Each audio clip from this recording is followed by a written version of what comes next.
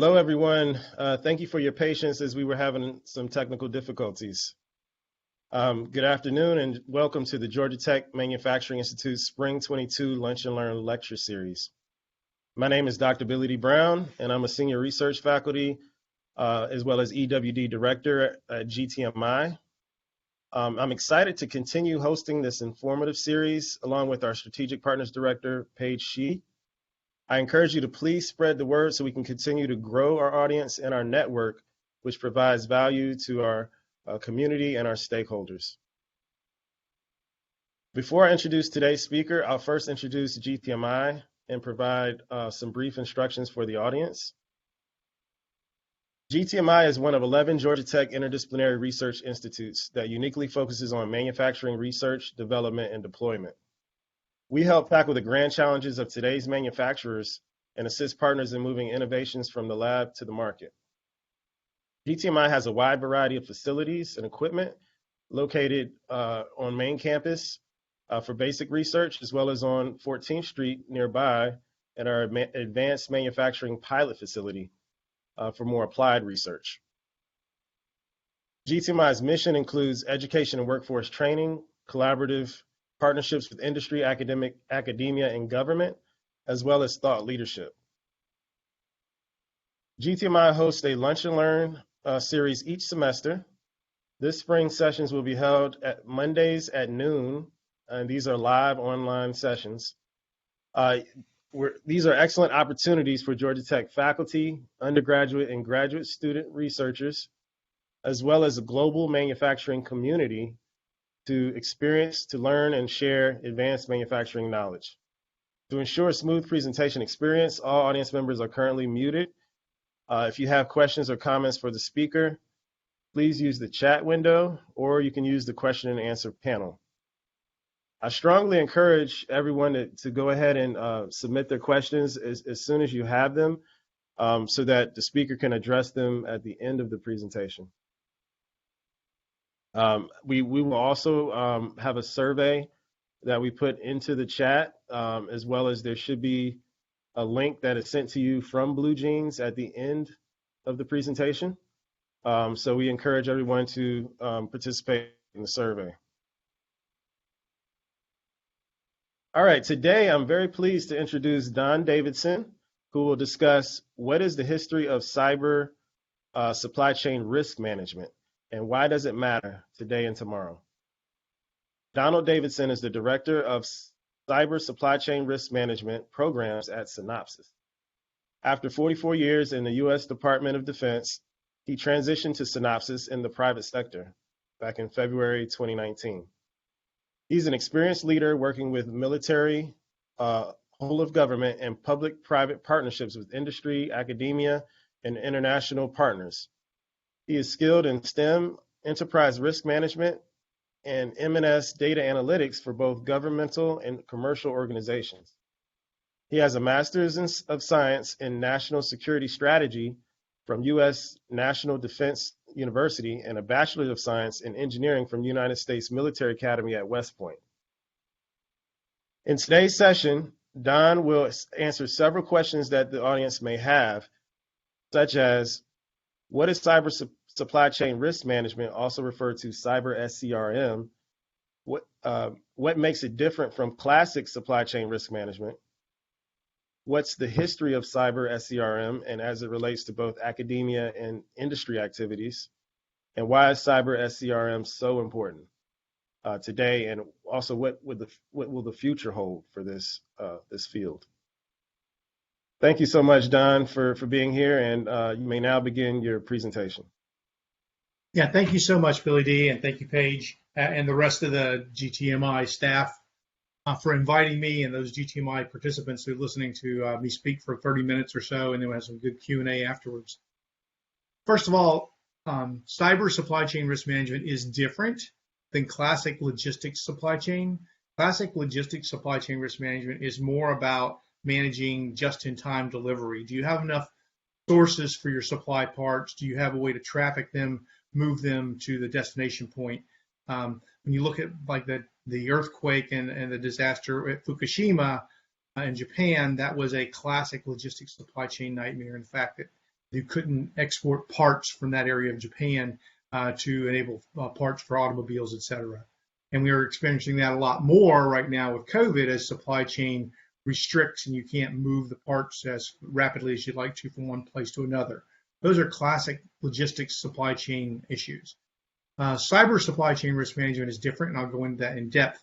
And it's more about managing the confidentiality, integrity, and availability of the IT component. So many of our capabilities are now enabled by chips and by software.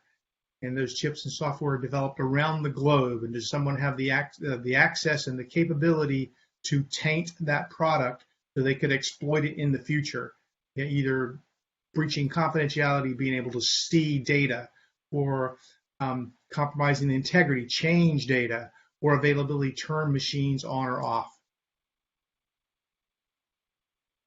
The whole effort of cyber supply chain risk management started under the Bush administration as a classified program. These first set of slides were slides that I took with me when I left federal government. All of them are in class and open for distribution. And this was the program was started under the Bush administration. And number 11 of CNCI, Comprehensive National Cybersecurity Initiative, was developed multi-pronged approach for global supply chain risk management. And that was led out of DoD and DHS. I was in the office of the DoD CIO. I worked for an individual that led that for the federal government in that perspective. And you see other topics there that were going under Comprehensive National Cybersecurity Initiative. So why did we have to do this? Because our systems were becoming massively connected. So they were very networked. We had both information systems, information technology that managed our networks, and we're also seeing the growth of operational technology, things that were cyber physical systems. Think card key locks, think manufacturing floor controls, industrial control systems. Very software intensive networks. The prime integrator has hundreds of suppliers that's supporting in the development and delivery of a system. And then we have critical program information that's actually shared among those supply chain program partners. And how do you protect that data as they're building your interfaces and capabilities? So the overall DoD strategy was the fact we can't secure every supply chain for every system. And that holds true today. So you have to prioritize what are your most critical assets and capabilities for any ecosystem. And you will drill into those more critical components with more vigor. So you'll do more due diligence for nuclear command and control than you will for a laptop that's doing business systems, et cetera. So that led us this world of layering an approach, a risk-based approach to manage supply chain in this arena. A good example of one of the programs was instituted in DoD was the Trusted Supply Chain or Trusted Supplier Program for ASICs chips, Application-Specific Integrated Circuits. That was and is managed by Defense Microelectronics Activity out of Sacramento. And they maintain a system that certifies fabrication facilities and trusted suppliers. And when you are building weapon systems, you must source your chips from those pre-approved programs, pre-approved organizations. Now that is undergoing some review at this point in time, and we're trying to adopt more of a zero trust model.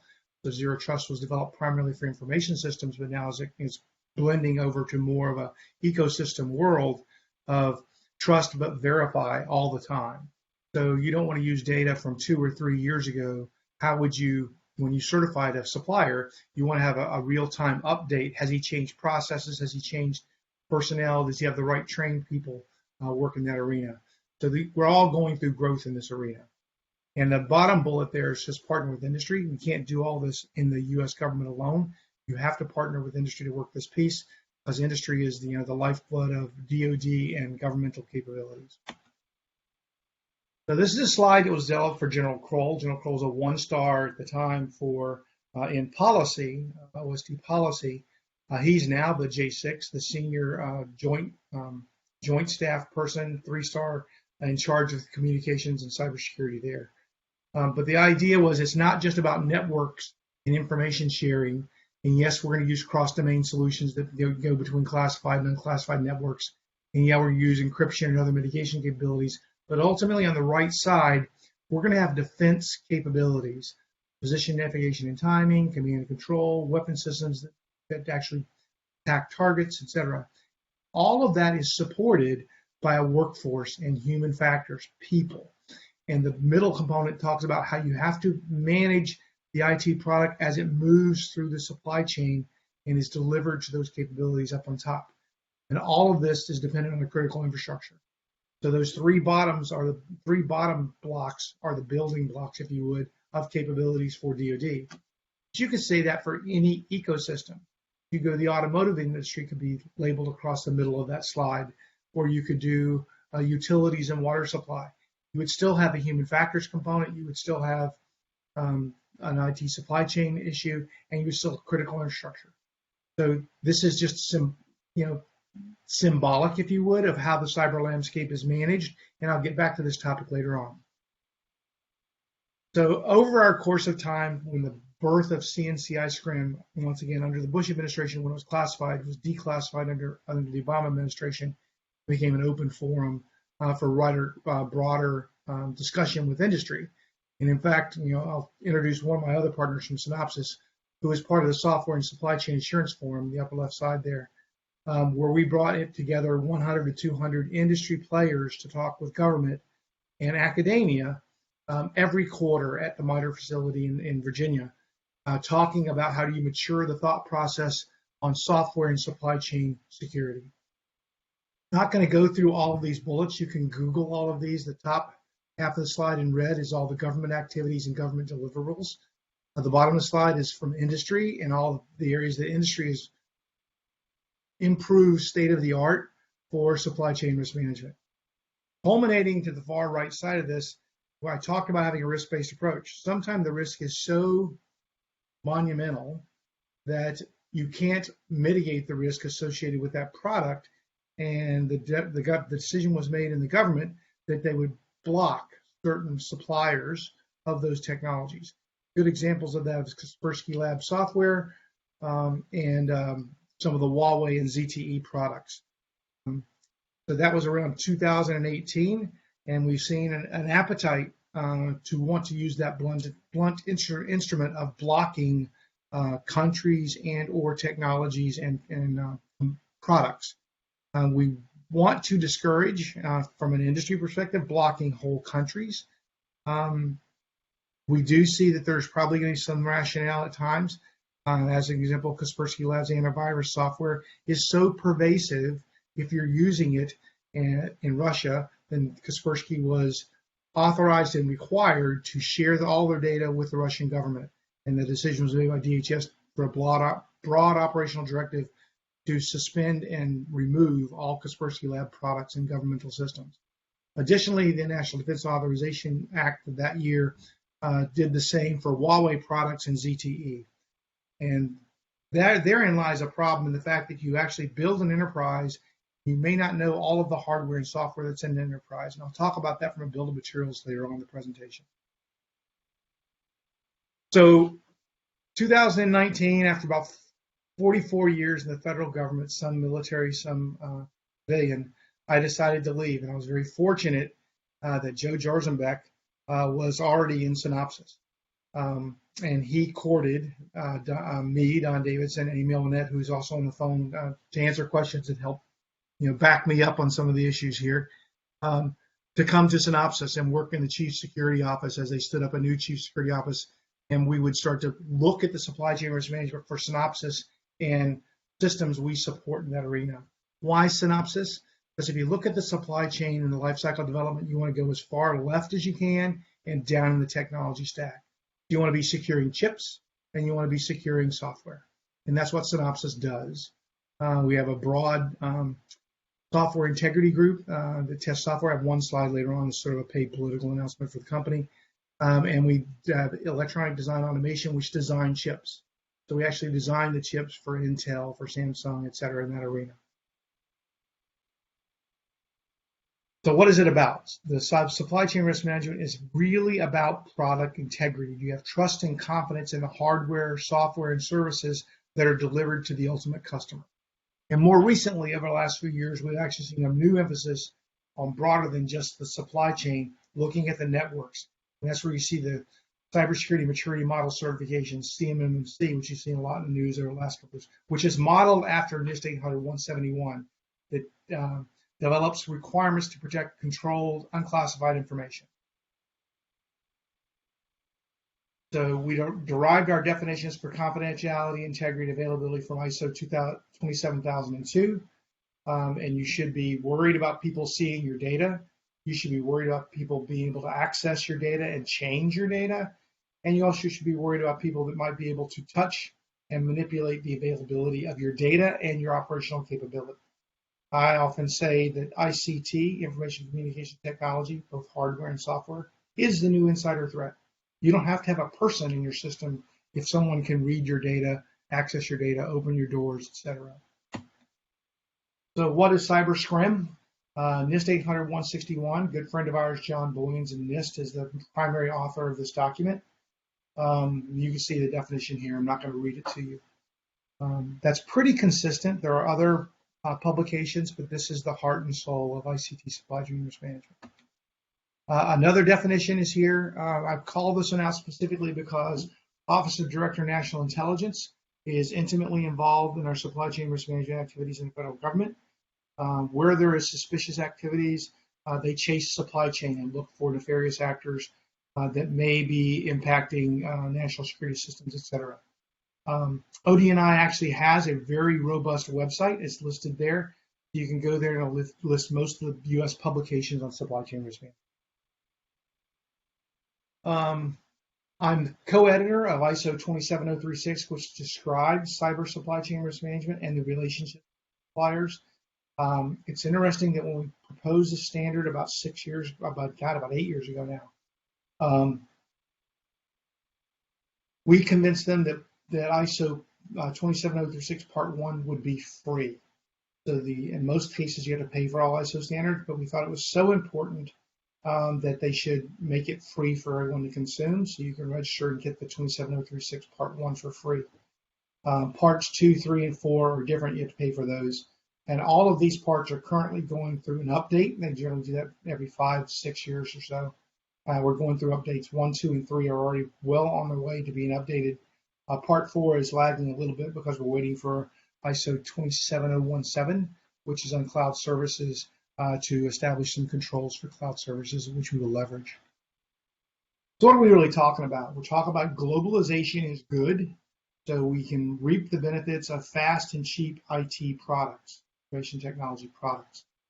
But we often trade off, to our detriment, performance characteristic of sustainability and security. So we actually buy something, get it cheap, get it fast, but we didn't build the security into the product we needed to build in, and we have to pay to patch it later on, or we have to pay to fix a component that's not as secure as it should be. So DoD and MITRE developed a study called Deliver and Compromise, and it talked about adding a fourth pillar of cost, schedule, and performance, and the whole pillar of security to balance against that. I personally don't think you need a fourth pillar. I think you just have to beef up the security performance characteristics. Also have evolved from that world was the need to protect data. That's the Cybersecurity Maturity Model Certification, which you see in the press often, and that's leveraged from requirements in NIST 800-171 on CUI data. And I'll provide a link later on for current updates in CMMC. So what do we have? What we have is the fact that IT has become more of a commercial product and less of a specific product. So you see COTS, commercial off-the-shelf products, that are built more and more into our automobiles, into our homes, into our phones, that are not developed specifically for that item. They're developed generically, and they're placed in, it's like an auxiliary power unit in an aircraft, maybe an APU, that just has minor tweaks to make it an APU for an aircraft. So in the 80s, about 2/3 of all of our stuff was in the government, in DoD, was based on custom products, and only a mild amount of that was on COTS. But by the time you got into the mid-teens, then you were in a world of mostly COTS products, and 70% plus is all commercial off-the-shelf products that may not have been designed for the application you're using it.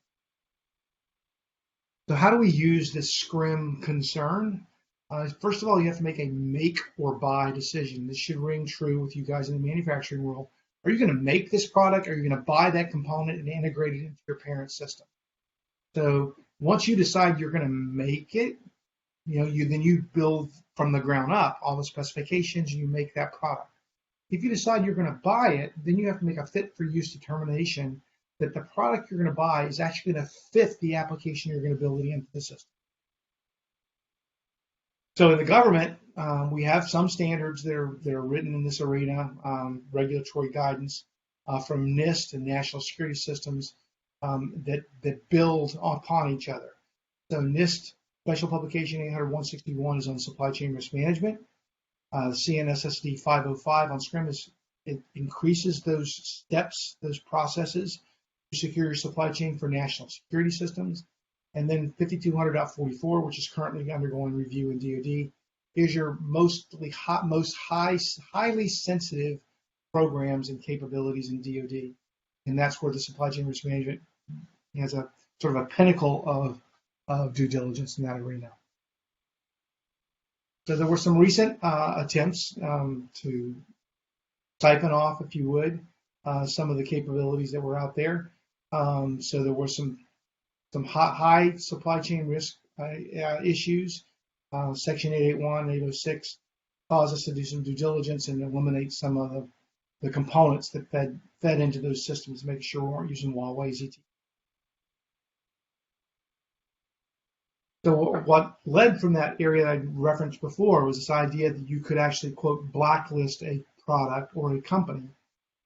Two good examples of that was what happened with Kaspersky Labs and what happened with Huawei and ZTE, and you can see more details in these arenas here. So what do we have with cyber supply chain risk management? Some people think of this as purely a cybersecurity issue with the information systems. That's not a holistic picture of supply chain risk management. IT is embedded in everything. So you have to look at the IT, OT world, the Internet of Things, the industrial control systems that are out there, all the things that are software enabled. That's going to become more and more important as we go to 5G, ultimately 6G, and the cloud, networking these things together. I think I've already talked to that, but you get some links in IT, OT. So what we're talking about is you have a cyber infrastructure overlaid by a physical infrastructure, overlaid by a critical infrastructure that enables a capability.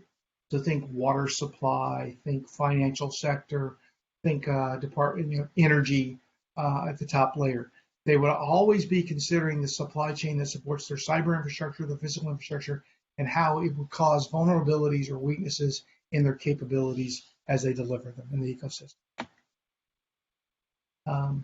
DHS has a robust cyber supply chain risk management program. They have a task force that exists. Both Emil, I, and Joe have all participated in that. It's open to the public, industry, and academia. I can work with government partners to increase state-of-the-art for supply chain risk management, and I can link you guys with those if you guys want to participate more in that arena. Broader supply chain risk management activities. There have been some recent executive orders, and I'll highlight a couple of those as we go through the slides here, of executive orders that have happened since 2019, which are emphasizing cybersecurity and supply chain risk management in this arena. These are good examples of executive orders in recent years for ICT supply chain risk management. More examples of programs that support supply chain risk management. So CMMC, you've seen a lot of that in the press as of late. The most recent iteration is it's going to come out as CMMC version 2, if you would. But they're cautioning the defense industry not to wait. They should take out 171 and start building their practices for their industry to protect CUI data for their customers. We're doing that in Synopsis now. We're not CMMC certified, but nobody really is yet at this point in time, because the certification bodies are just standing up, so working through that process. There have been some 100-day reviews for some of the executive orders and some published results. and there's been some reviews for critical software. At the bottom of the page, you'll see something called SBOM. It's a software bill of materials that started under NTIA. Alan Freeman led that effort. He's since moved on to CISA, and we are engaged with him on what's the real requirements for a software bill of materials. So whenever you get a software package, how much was developed custom for you? How much was open source data that was just imported? And then when you start getting notifications that there's a breach, like the most recent one, then do you have that software in your system running? How do you know if you don't have a software bill of materials? We actually have some tools in Synopsis like BlackTech that can actually do that after the fact if you didn't have an SBOM when you built it, when you bought your systems. A very robust effort was done by the Cyber-SCRM Solarium Commission that married legislative personnel with scientists and technologists and policy folks to write recommendations for cybersecurity for the federal government and the public and the private sector. They published their results. They're actually sunsetting the capability now. It's a pretty good read on recommendations for the government to improve their supply chain, their overall cybersecurity mission, and there's some components of supply chain in that arena as well. So as we go through this, we are starting to collect data. So we're collecting data on the people, the processes, and the technology. How do we measure success in those arenas? So if you collect data on how you design a chip, how you build a chip, how you develop the software, how you imported it on your manufacturing floor, how did you assemble the product?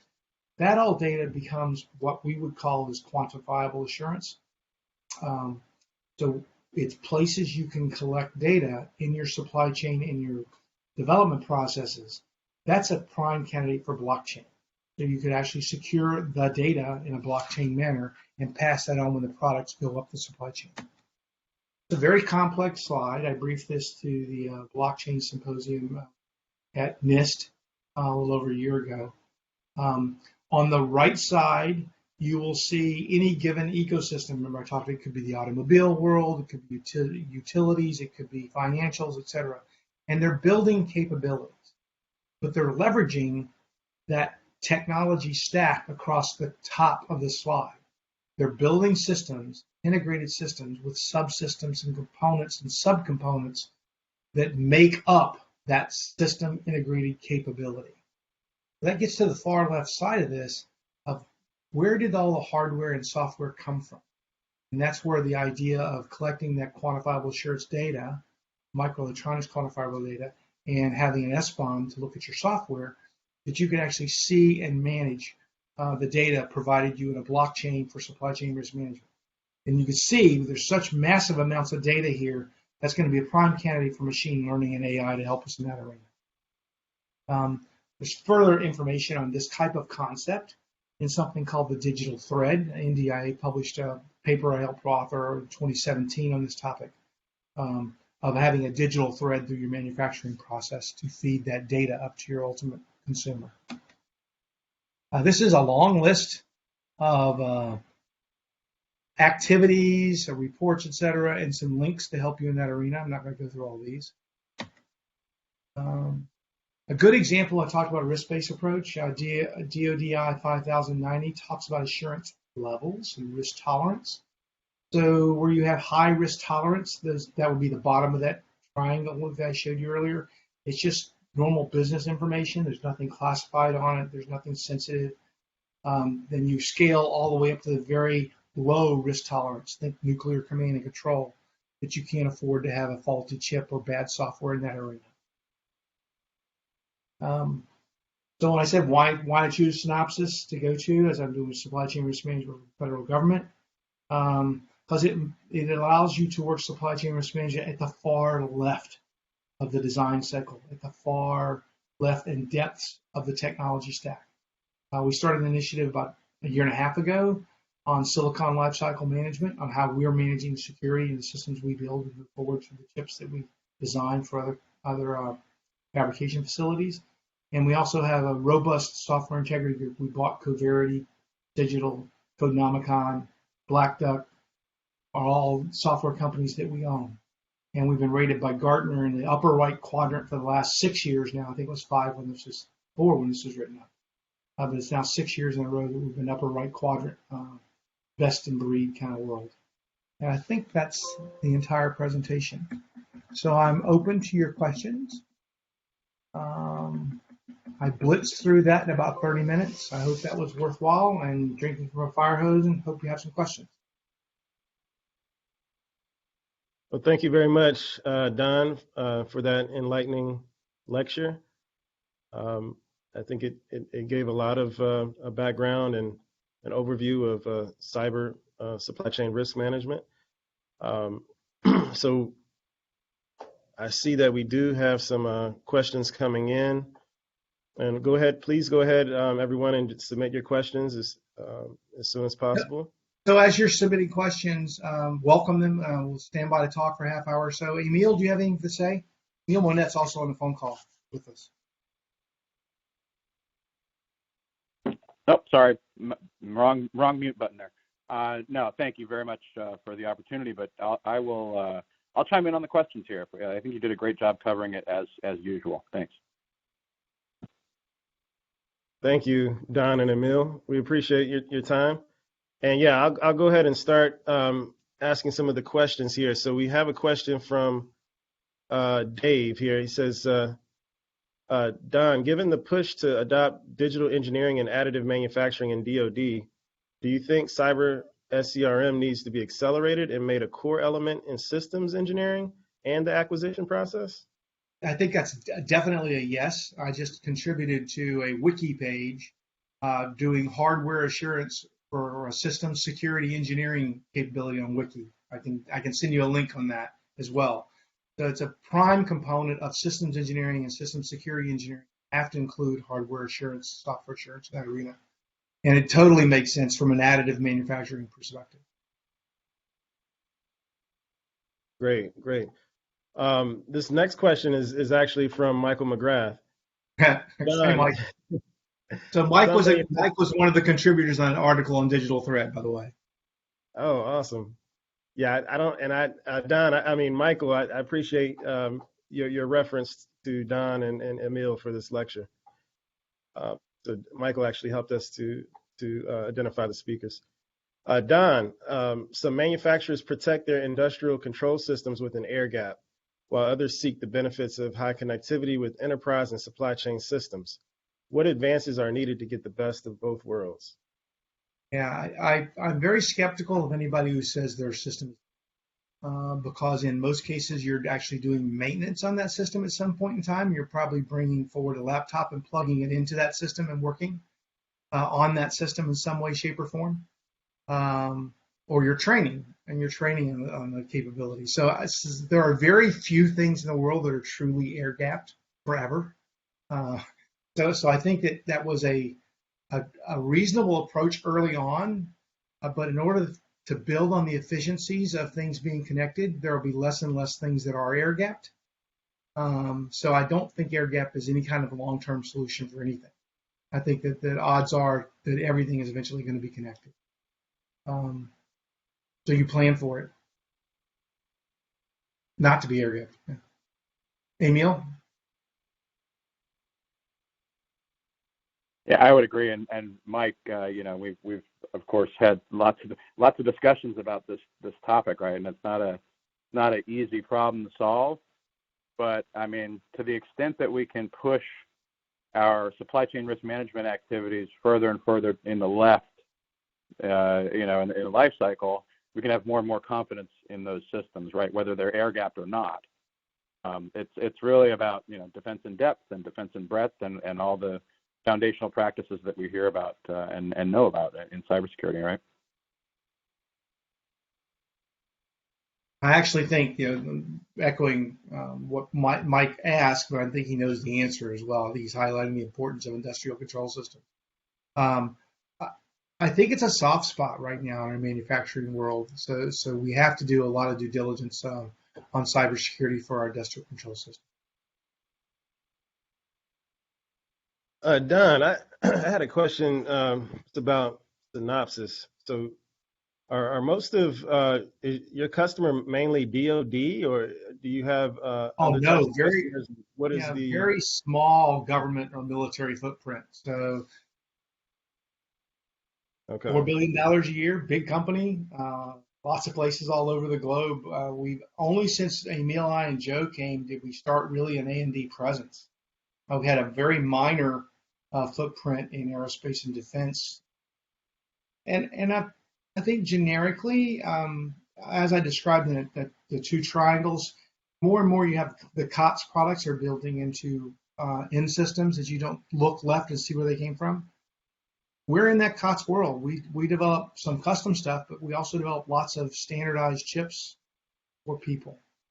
So our bread and butter is not DoD or the federal government, but our logo is smart, secure, everything. So we are building towards AI, we're building towards machine learning, and we're building toward a more secure silicon world, a more secure software world. And what kind of competition do you guys have out there as far as other, SCRM companies? So if you look at the software side, there's lots of tool vendors out there with testing tools, and they're all on that magic quadrant slide there. And you saw Micro Focus and lots of other companies in that arena. Hardware side on the microelectronics, it's just Synopsys, Cadence, and Siemens EDA. Those are the three major companies that design chips for the Intels, the Samsungs, et cetera, of the world. Excellent.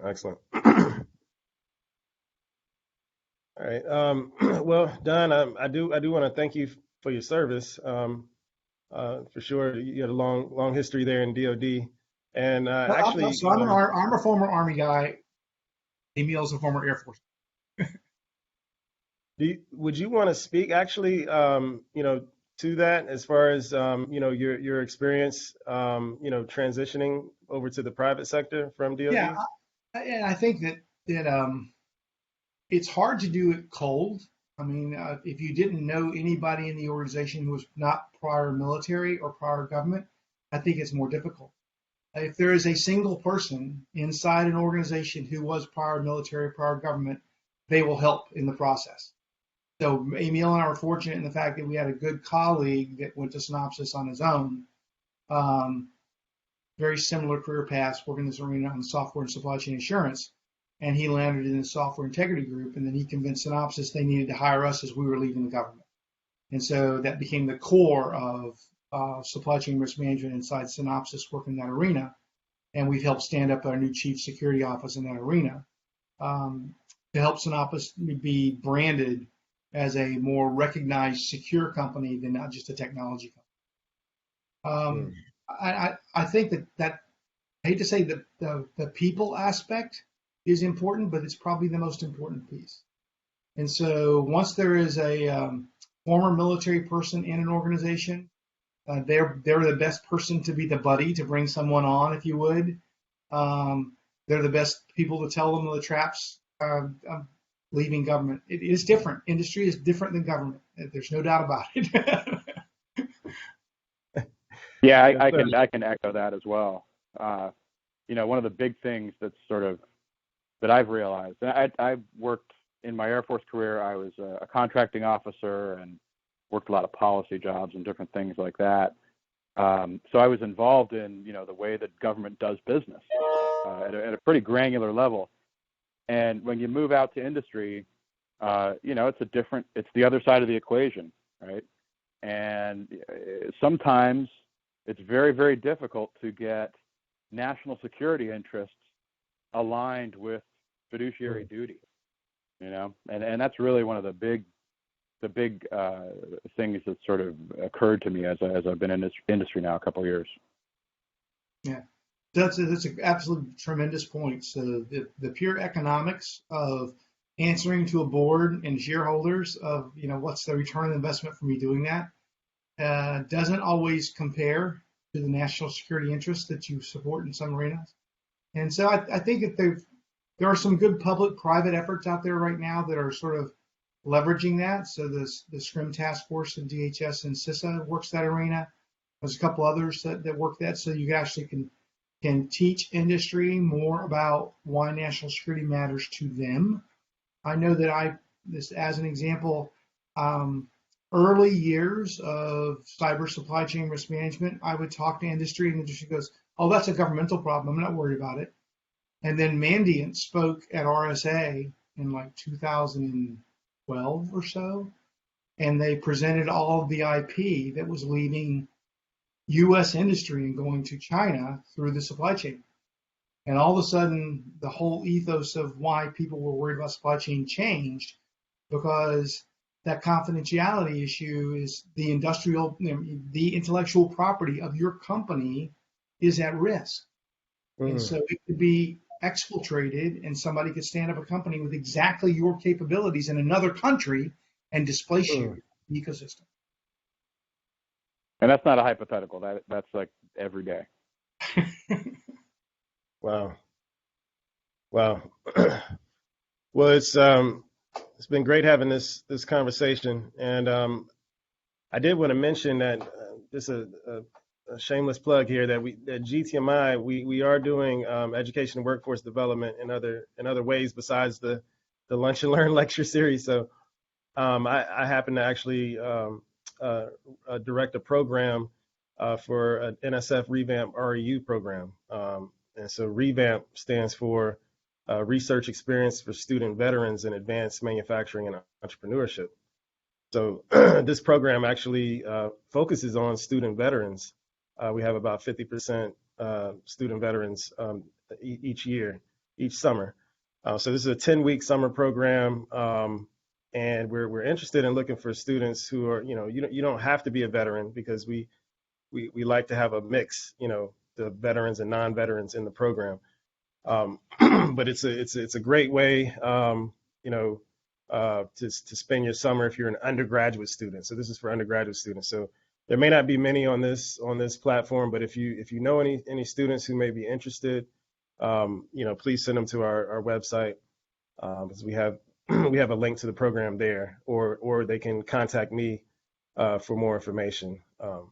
But this whole discussion just kind of reminded me of some of the talks we have with GTRI, and GTRI has a lot of actually plays a major role in the program. As far we have veteran faculty who are mentors to the students from GTRI.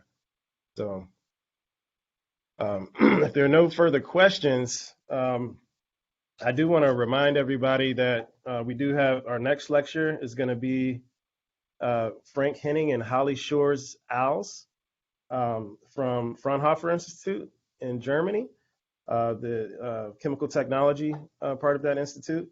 And they're going to be talking about applied research for vehicle lightweighting by composite technologies. So that should be a very interesting seminar. It's an international speaker. So it'll be 2 speakers that day as well. So looking forward to the next lecture next Monday. Please join us. And again, you can visit our website to look at previous lectures. Also, Paige, she has dropped in the survey link in the chat. So please feel free to click on that link. I believe Blue Jeans will also send you a link for the survey. And if there are any other questions for Don or Emil, you can send those questions to me, and I'll certainly get in touch with Don and have them answer your questions. So I did think of one more thing. So if you haven't filled up your lunch and learn calendar, Department of Energy has a program that funds academia and industry jointly on the manufacturing world, because it's a major push on manufacturing to build more energy efficient capability and secure capability. And so they've had several institutes stood up in that path. So just like you got grant money from NSF, there's grant money given by DOE to stand up those capabilities around the country. So either someone from DOE or one of those organizations would be a great person to talk to on the energy side and security side of manufacturing. Oh, yes. Thank you for sharing that. Yeah, I'd be very interested to learn more about that. I'll send you something on it. Excellent. Well, thank you so much, Don and Emil, for your time and sharing with us. And thank you to our audience. And I just encourage everybody to continue to notify others about this seminar series. And everybody have a great Monday. Thank you much. Thanks, guys.